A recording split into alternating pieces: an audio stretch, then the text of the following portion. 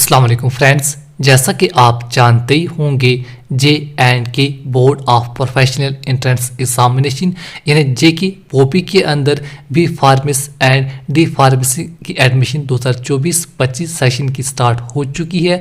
अगर आप भी एडमिशन का फॉर्म फिलअप करना चाहते हो JK पोपी के अंदर, उसका ऑनलाइन फॉर्म कैसे फिलअप करें, आज आपको मैं स्टेप बाय स्टेप करके ऑनलाइन फॉर्म फिलअप करके बताने वाला हूँ। अगर अप्लाई करना चाहते हो तो आपने जस्ट गूगल में सर्च करना है JK पोपी, आप इनकी ऑफिशियल वेबसाइट में आ जाओगे। ऑफिशियल वेबसाइट में आने के बाद यहाँ पर अगर नोटिफिकेशन है, इसके अलावा साइट के बारे में जो भी इंस्ट्रक्शन आप पढ़ना चाहो पढ़ सकते हो। अप्लाई करने के लिए आपने थोड़ा सा नीचे आ जाना।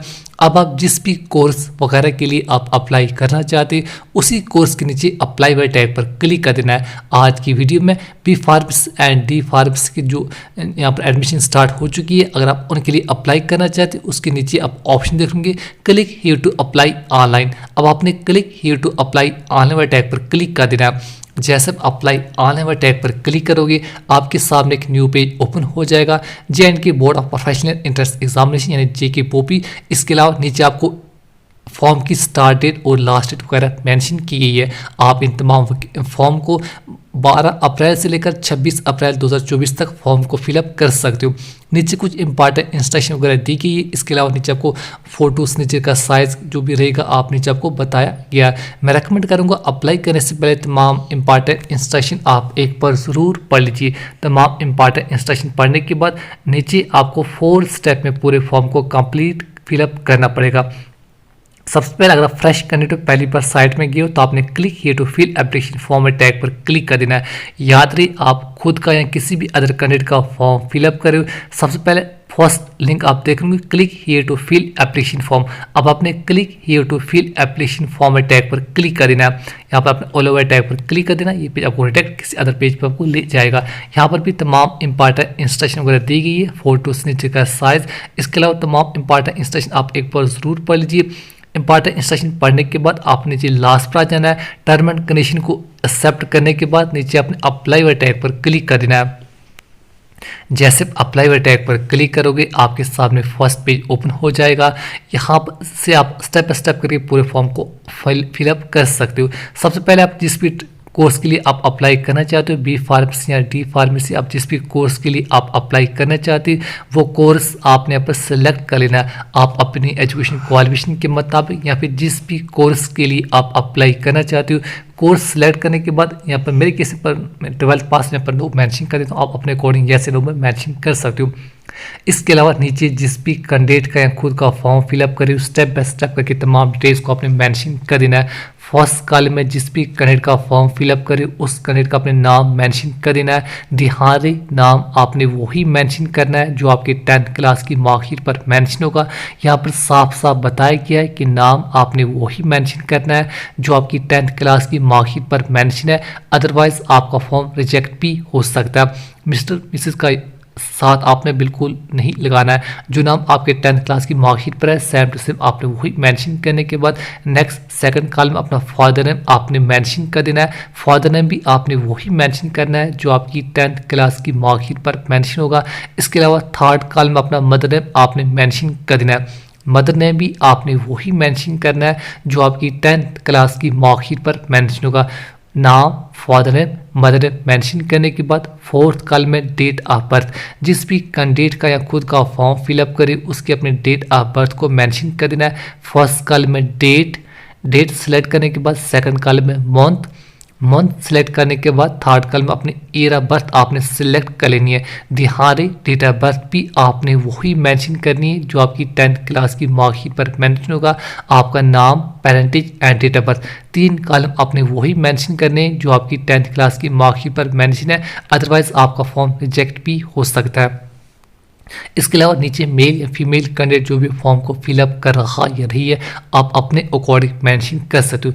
मेल फीमेल सिलेक्ट करने के बाद अगर आप जम्मू और कश्मीर से फॉर्म को फिलअप करें तो अपना फर्स्ट ऑप्शन ही चूज रहने देना है। अगर आप लद्दाख से फॉर्म को फिलअप करें तो लद्दाख सेलेक्ट कर सकते हो। चलिए मेरे केस में जम्मू और कश्मीर JK आ रहा है, मैं यहाँ पर JK सेलेक्ट करने के बाद नीचे next date of issue domicile certificate की आपने मेंशन कर देनी है। जिस भी डेट को आपका डोमिसाइल इशू हुआ आपके डोमिसाइल पर मेंशन होगा, डेट ऑफ इशू आपके डोमिसाइल पर मेंशन होगा, date month and year of issue यहाँ पर डोमिसाइल सर्टिफिकेट के आपने मेंशन करने के बाद नेक्स्ट अगर आपके पास कोई भी कैटेगरी है तो आपने कैटेगरी को ज़रूर सेलेक्ट कर लेना है, अदरवाइज आप जनरल में अप्लाई कर सकते हो। ओबीसी, एसटी, एससी, आरबीए, इसके अलावा एसटी जो न्यू एसटी अगर आपके पास अवेलेबल है तो आप एसटी में अप्लाई कर सकते हो।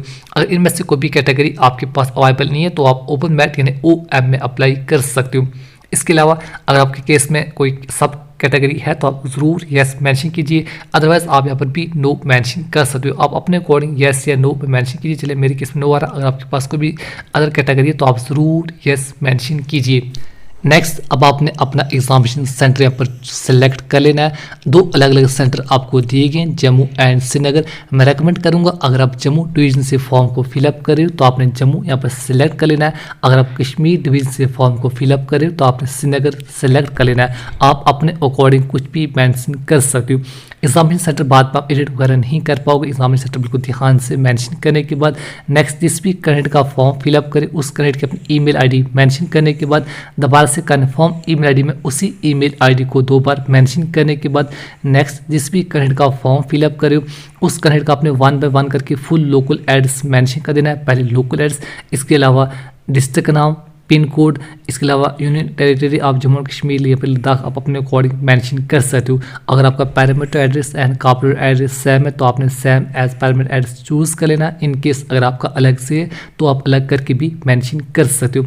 नीचे अब आपने 12th की क्वालिफिकेशन को मेंशन कर देना है। अगर आपका अभी 12th क्लास का रिजल्ट नहीं हुआ तो आप अपीयर यहाँ पर मेंशन कीजिए। याद रहे अगर आप इस साल 12th क्लास में हो, अब अगर आपका रिजल्ट अभी तक नहीं हुआ तो आपने अपीयर मेंशन करने के बाद ईयर ऑफ पासिंग 2024 मेंशन करने के बाद कॉलेज का नाम, स्कूल का नाम मेंशन कर देना। अगर आपका रिजल्ट ऑलरेडी से हो चुका है तो आपने पास्ट मेंशन करने के बाद ईयर ऑफ पासिंग, इसके अलावा स्कूल कॉलेज का नाम मेंशन करने के बाद आपके मैक्सिमम मार्क्स कितने थे, आपने कितने मार्क्स ऑब्टेन किए, परसेंटेज खुद ब खुद आ जाएगी। मैक्सिमम मार्क्स आपने कितने मार्क्स ऑब्टेन किए, परसेंटेज खुद ब खुद आ जाएगी। इसके अलावा आपने फिजिक्स में कितने मार्क्स लिए, इसके अलावा केमिस्ट्री, मैथमेटिक्स या बायोलॉजी जो सब्जेक्ट आपके थे आपने इन सब्जेक्ट में जितने भी मार्क्स लिए होंगे आप अपने अकॉर्डिंग सब्जेक्ट वाइज मार्क्स को मेंशन कर सकते हो। 12th की डिटेल्स बिल्कुल ध्यान से मेंशन करने के बाद नेक्स्ट यहाँ पर जिस भी कैंडिडेट का यहाँ खुद का फॉर्म फिलअप करें सबसे पहले आपने सिलेक्ट फाइल पर क्लिक करके अपना रिसेंट फ़ोटो अपलोड कर लेना है। याद रही फ़ोटो का साइज़ आपने 10 KB से लेकर 50 KB के दरमियान अपलोड कर लेना है। नेक्स्ट आपने सिलेक्ट फाइल पर क्लिक करके अपना रिसेंट सिग्नेचर अपलोड कर लेना है। सिग्नेचर का साइज़ भी अपने 10 KB से लेकर 50 KB के दरमियान अपलोड कर लेना है। उसके बाद सिलेक्ट फाइल पर क्लिक करके अपना थंब इंप्रेशन अपलोड कर लेना है। पहले फ़ोटो, उसके बाद सिग्नेचर, उसके बाद थंब इंप्रेशन अपलोड करने के बाद याद से इन तीनों का साइज़ आपने 10 KB से लेकर 50 KB के दरमियान अपलोड कर लेना है। उसके बाद नीचे लास्ट पर आने के बाद कैप्चा कोड फिलअप करने के बाद सबमिट टैग पर क्लिक कर देना है। सबमिट टैग पर क्लिक करते ही तमाम की तमाम डिटेल्स आपको शो हो जाएंगी। आपका नाम, parentage, date of birth, mobile number, email ID, local address, इसके अलावा जितनी भी अदर डिटेल्स अभी तक आपने मेंशन की होंगी तमाम की तमाम डिटेल्स आपको शो हो जाएंगी। अगर तमाम डिटेल्स ठीक है तो आपने फाइनल सबमिशन टैग पर क्लिक कर देना है। याद रही फाइनल सबमिशन टैग पर क्लिक करने के बाद आप इन स्टेप में एडिट वगैरह नहीं कर पाओगे। जैसे फाइनल सबमिशन टैग पर क्लिक करोगे आपकी 1 टाइम रजिस्ट्रेशन यहाँ पर कंप्लीट हो जाएगी। आपको एप्लीकेशन नंबर दिया जाएगा, आपने ध्यान से एप्लीकेशन नंबर को नोट डाउन कर लेना है। आपका स्टेप 1 यहाँ पर कंप्लीट हो जाएगा। उसके बाद आपने सेकंड स्टेप यानी मेक पेमेंट बाय टैग पर क्लिक कर देना है। जैसे आप मेक पेमेंट बाय टैग पर क्लिक करोगे आपका एप्लीकेशन नंबर फिलअप करने के बाद आपको पेज डायरेक्ट यानी मेन पेज पेमेंट पेज पर आपको ले जाएगा। वहाँ पर आप net banking, credit card, debit card, ATM card के जरिए अपनी पेमेंट कर सकते हो। पेमेंट करने के बाद आपने थर्ड स्टेप यानी अपलोड डॉक्यूमेंट टैग पर क्लिक कर देना है। याद रहे पेमेंट करने के बाद आपने third option upload document bye tag पर क्लिक कर देना है। अपलोड डॉक्यूमेंट टैग पर क्लिक करने के बाद आपका डोमिसाइल सर्टिफिकेट, इसके अलावा 10th क्लास की मार्कशीट, अगर आप 12th पास हो चुके हैं तो आपको 12th क्लास की मार्कशीट भी अपलोड करनी पड़ेगी। इसके अलावा आपके पास कोई कैटेगरी है तो आपको कैटेगरी भी अपलोड करनी पड़ेगी।